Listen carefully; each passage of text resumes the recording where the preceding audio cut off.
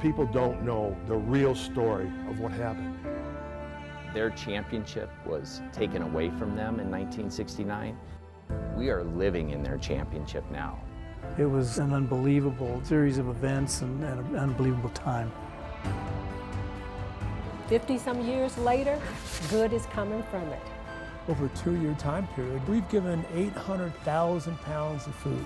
Is about way more than just filling bellies. It's about filling souls. They are impacting state after state after state after state. Out of travesty, it has turned into triumph. You cannot not want to be a part of something like that. And we're going to show the world how to love. From the majestic Tetons to the cattle-covered grasslands, they're talking about football, Wyoming football. You look at 52 years ago what happened to us at the University of Wyoming. The Cowboys' 1969 football season follows it with this strike to flanker John Griffin for 29. One of our takeaways for that day was we're not going to let this incident define us for the rest of our lives.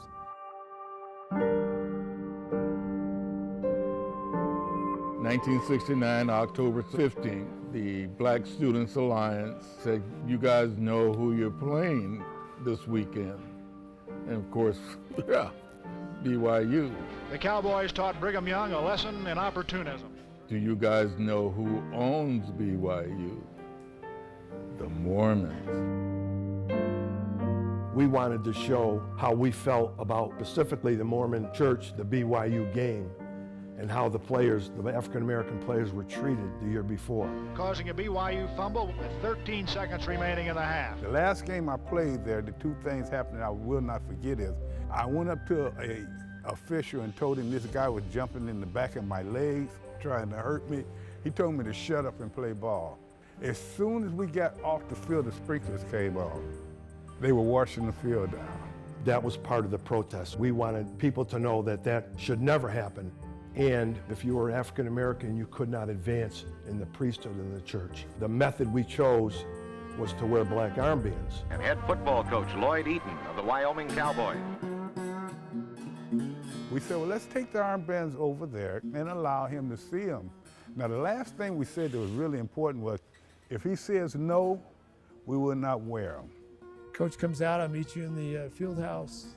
He positions himself right in front of us, we're all seated. He walked out, and the first thing he said was, as of this moment, you're no longer a Wyoming Cowboy. As of now, you're no longer Cowboy football players. You're no longer Wyoming Cowboys. And we went, we're not going to talk about this? And that was the end. He booted us off the team, and that's how that happened. We did not refuse to play in the game. We simply went to the coach to ask permission to wear these black armbands. And then he starts spewing venom. For 2 hours, half of you don't even know who your fathers are. You're going to be on subsistence programs for the rest of your life. I got you off the street, Tony McGee, picking up cigarette butts in Battle Creek. There's no other university that will ever invite you to play football for them. We were kicked off the football team. All we were doing is asking to wear armbands. Had he said no, we would not have worn those armbands. And I knew then, we're done. Had I had the wherewithal as a 21-year-old, I would have said to the coach that day, you can spew all the kind of venom you want. I'll see you in 40 years. And we just dispersed throughout the country.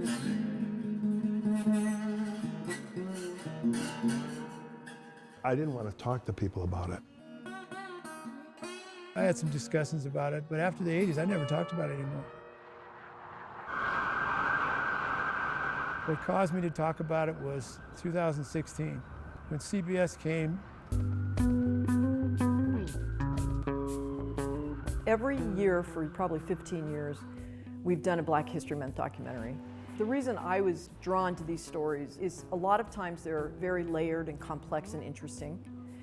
Many of them are undertold, meaning that they haven't been in the spotlight for many years. I have a question that I wanted to ask my head coach, my father away from home, that man who's supposed to be our driving force and the one who looks out for us. The university buried it for all these years. CVS Network did a 4-hour conversation on the Black 14. That started the healing. I think a lot of the Black 14 had grown distant from each other, weren't in touch, and the documentary allowed them to come back together. They really opened their hearts to us and invited us in to tell that story. And then we got some resistance from Wyoming, because that was a real black mark on Wyoming's athletic department. Wyoming, after the documentary aired, ended up asking the Black 14 back to campus.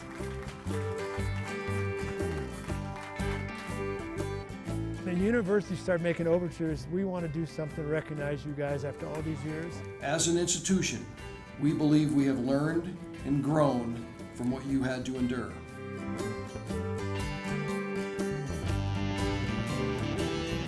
We planned a weekend for them. We dedicated a plaque for them, a memorial. And then we presented them with their letter jackets. Similar to the letter jacket each athlete should have received in 1969. From Denver, Colorado, Ron Hill. Thank you, man. Congratulations. Number 20. We also presented them with a letter of apology from the University of Wyoming. That's one of the most important things, and we all have a written apology from the university that what they did was wrong. It was a great feeling. These are the same people's kids that are saying we sorry and we glad you came back. Sorry, brother. In the end, Wyoming came around completely. Their championship was taken away from them in 1969. We are living in their championship now. Initially, the program was a national program against the Church of Latter-day Saints. Fast forward to 15 years ago. I used to tease my Mormon friends about Joseph Smith and having this revelation, and I say that dude was on smack one day, and he had all these visions, and so that's how I had, you know, that's how I was treating it. And then my son became a Mormon. I said, uh-oh. Well, I got to try to learn something. So Mel took the opportunity to embrace the church, to learn more about the church. And so that was the beginning of the healing. And then fast forward to the last 2 or 3 years, we decided as a group we would do something to help those in need. I was asked to be part of a hosting group because this Black 14 member, Mel Hamilton, and his wife Carrie were coming to Salt Lake City. And then I started to find out the story and how everything kind of transpired. What happened in 1969, that's ancient history. Let's do something together, let's work together. And that's what Gifford brought to the table. It's a very compelling story. So when I met Mel Hamilton for the first time, I went, oh my goodness, you're the famous Mel Hamilton. I was calling Gifford because we're still in that football mode, he and I. So after that, I said, Mel, how can we help you? What can we do? And I said, I need some food for my community. I suggested, can we make it in the name of each of the Black 14 members and send an 18-wheeler full of food to their local city in their name? And he said, you would do that? And I could only imagine what the Black 14 were saying. You're not going to do that. The reason we got kicked off this team is because of you.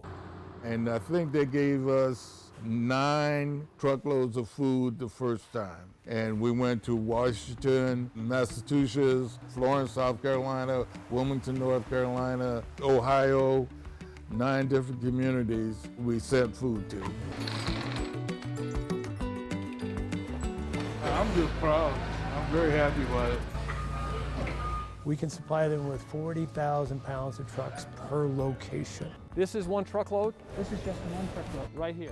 I remember going over to the storehouse as the trucks were being loaded up and how remarkable it was to see Black 14, Church of Jesus Christ of Latter-day Saints on every box that was being loaded into the truck. Everything that a truck would hold to go bless a community was going in the name of the Black 14 and the Church of Jesus Christ of Latter-day Saints. I have gotten so much From seeing people get the food, smile on their face. I'll see you later. Here comes the truck. I can't explain the feeling when that truck drove up with the food. He just pulls that right up and it's perfect. It was just something that went into my body that made me warm all over. To see that happen, then to see the people come and get the food is an amazing thing. And that can't help but soften you up a little bit. And he goes, "Why are you being so nice to us?" And I said, "Because we love the Lord and we love our neighbor. And Mel, you're my neighbor. I love you." Where's the driver? Very, very humble. Thanking you for completing the circle. I think I'm part of this. It's in me forever. The church owns their own farms, so they raise the grains, the corn, the beans, the fruits. They harvest it, they process it, they can it, we deliver it. And so the church tries to be self-sufficient. I'm involved in this program, administering this program. I'm a priesthood holder, working for the church now almost 30 years. I've had a front row seat of witnessing how the Lord works through his church and the resources we have and the ability we have to respond to needs in our communities. Last couple of years, we were invited to be able to work with this project and work with the Black 14. Tony McGee was the one I drew. He lives in a suburb of Metro Atlanta. I live in Atlanta.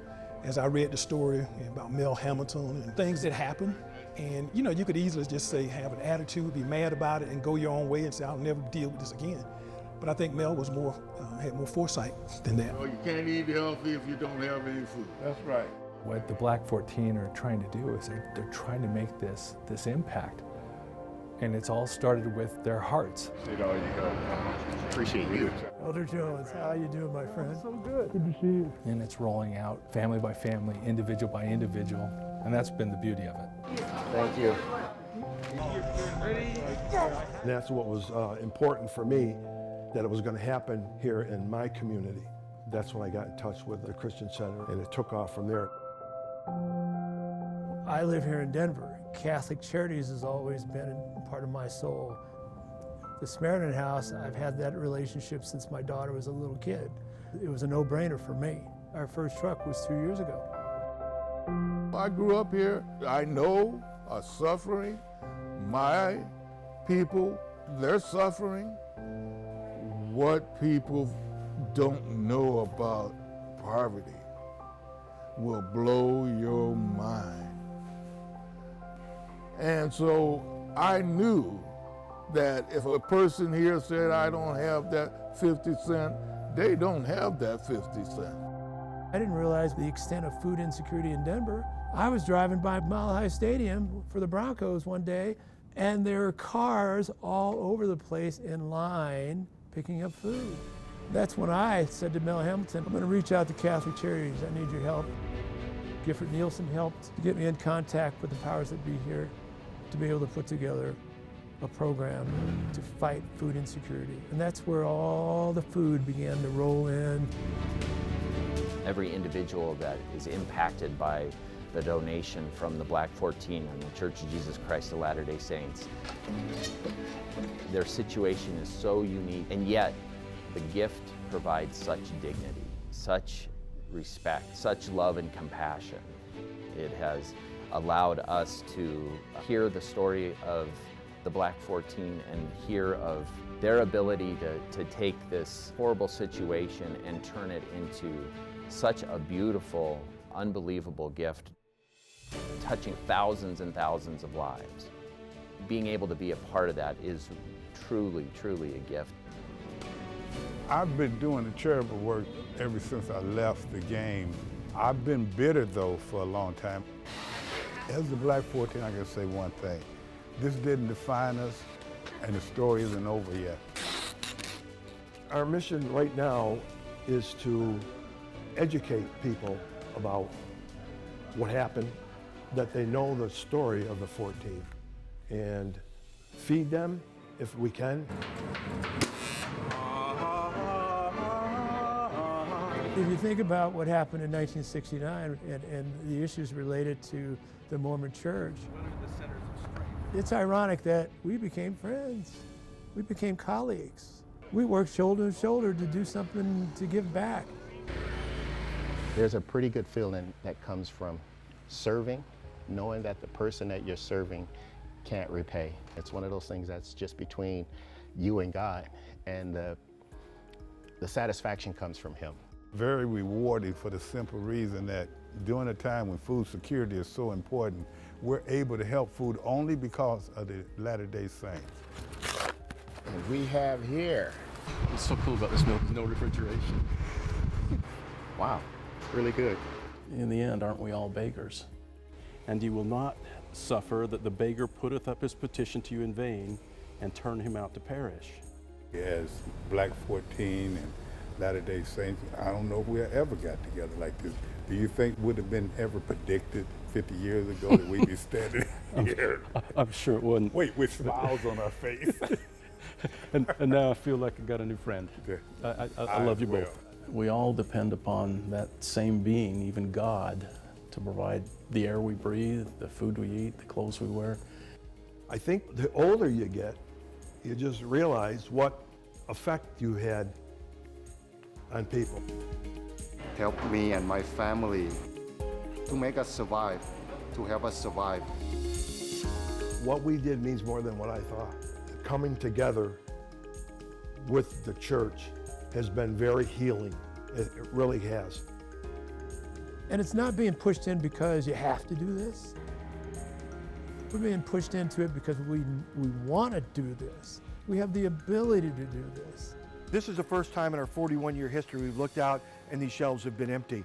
And if it wasn't for the Latter-day Saints Church and the Black 14, there would be kids going hungry tomorrow here in Florence County if that food had to come in today. So this is truly an answer to prayer for us. Based on the food that you put in our warehouse today, we're going to feed 34,300 people, thanks to you. Hey, we're friends already.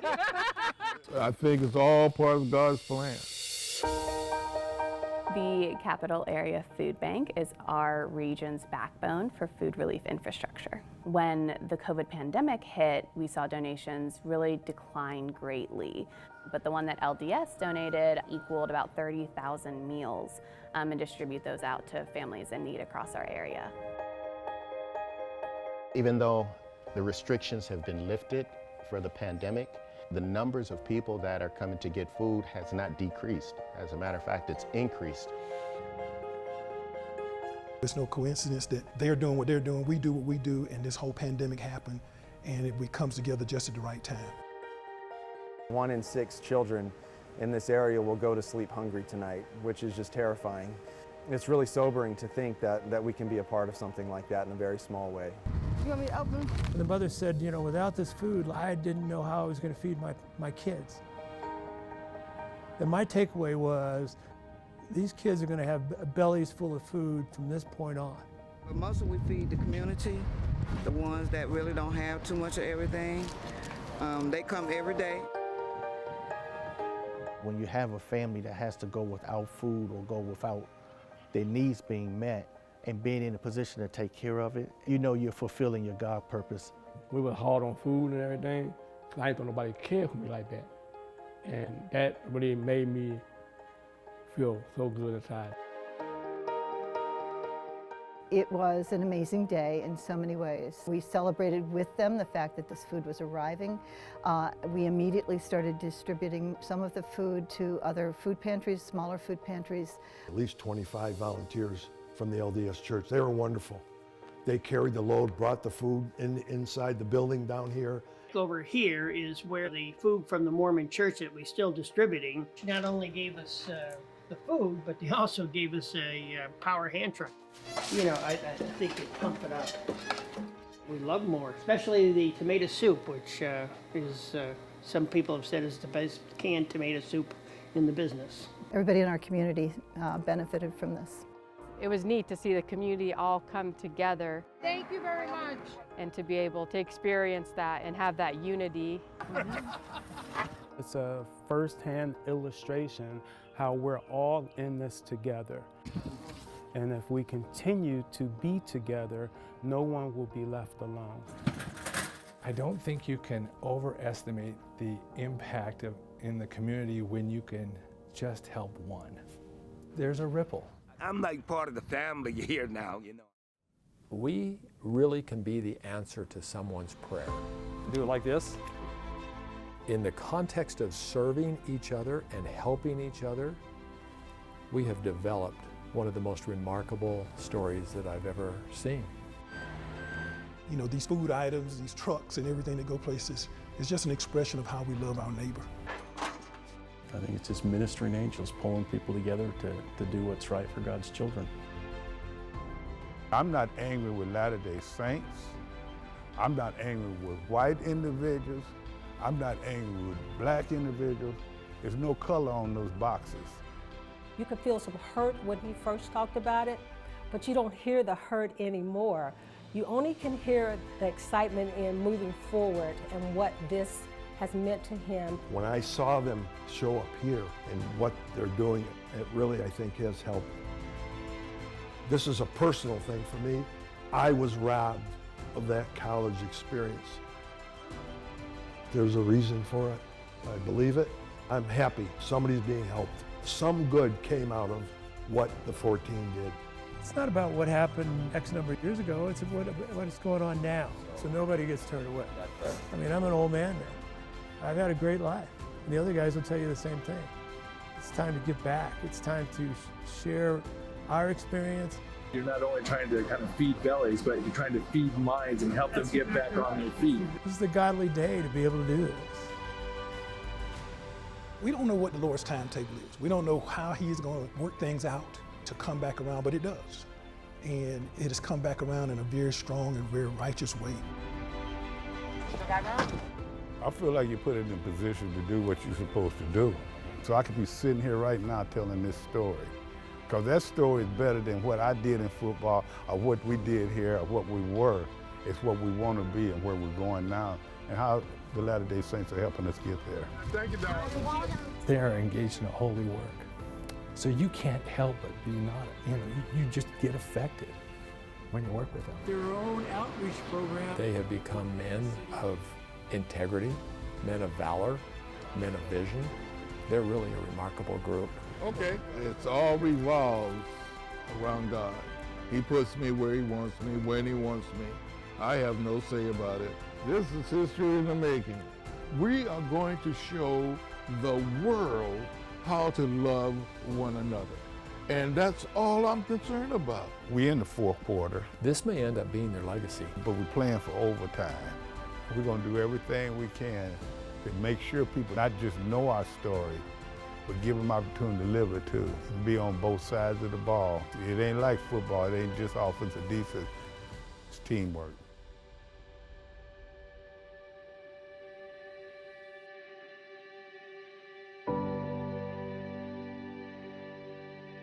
And now, 53 years later, this is such a surreal moment, and yet such a loving moment to be back here.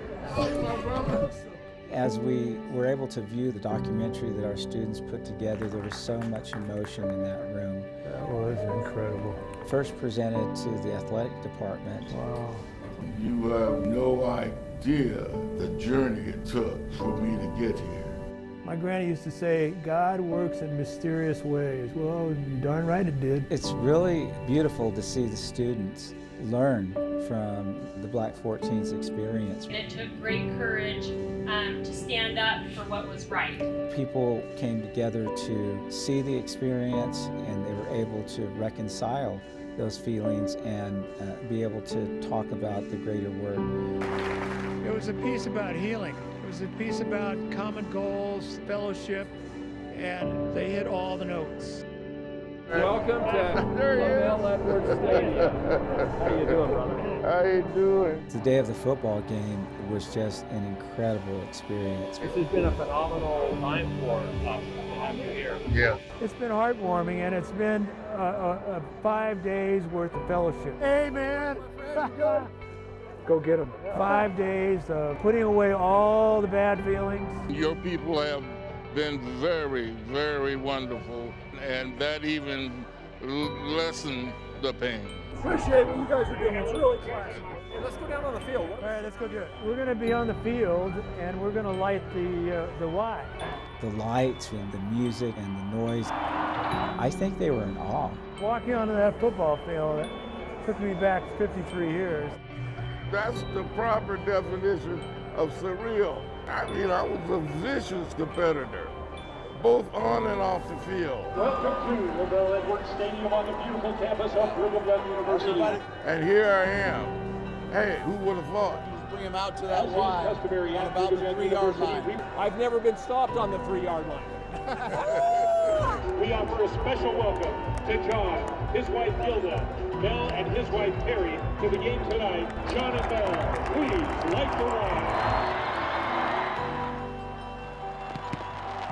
It was just an incredibly moving experience to see those men feel like they were a part of BYU, like they belonged here. It's just been a community of acceptance and love, and that's where I'm going.